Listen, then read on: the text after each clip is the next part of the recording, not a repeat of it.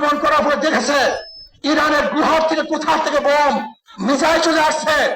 America এবং Israel যেরকম অনুভব করতে পারে নাই, বাংলাদেশের বুকে যদি একটা বাক্স দেওয়া হয়, বাংলাদেশের ঘরের থেকে এমন মিসাইল বের হবে, এমন বোমা বের হবে,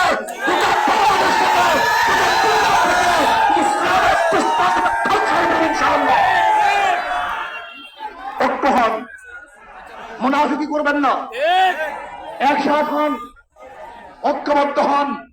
এইটা আমার মেসেজ থাকবে।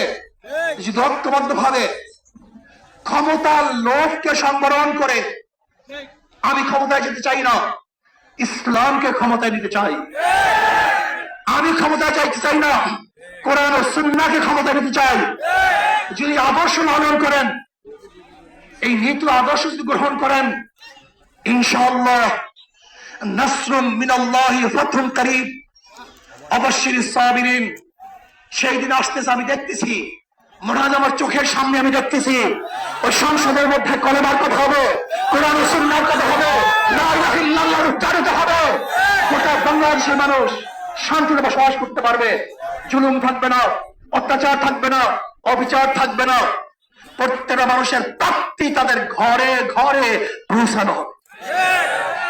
আজকে আমার মা বোনেরা মনে করছে ইসলাম ক্ষমতা আসলে আমাদের অবস্থাটা কি হবে। ইসলাম ক্ষমতা আসলে প্রত্যেকটা মা বোনের ন্যায্য অধিকারকে প্রতিষ্ঠা